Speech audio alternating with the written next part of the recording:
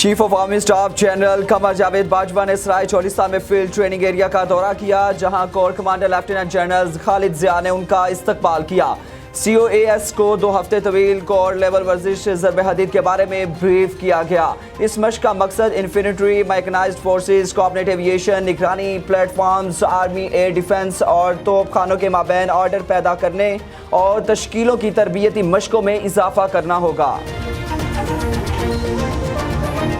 जहां corps commander lieutenant general Khalid Zia ने उनका पुरतपाक इस्तकबाल किया। COAS को 2 हफ्ते तवील कोर लेवल वर्जिश ज़रब हदीद के बारे में ब्रीफ किया गया।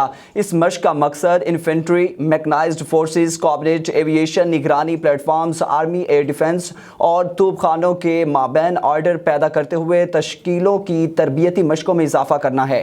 मश्क में शरीक फौजियों की लगन और पेशा वराना महारत की तारीफ करते हुए COAS ने बहावलपुर कोर की जंगी तैयारियों और तरबियत के म्यार पर मुकम्मल इत्मीनान का इजहार किया है और कहा है कि हर किस्म के खतरात और चैलेंजेस का मुकाबला करने के लिए बेहतरीन तरबियत और पुख्ता अज़्म लाजिमुल मलजूम है। बाद COAS ने बहावलपुर कोर की लॉजिस्टिक तफसीलात का दौरा किया और इंजीनियरिंग की महारत और बहाली के म्यारों को भी सराहा।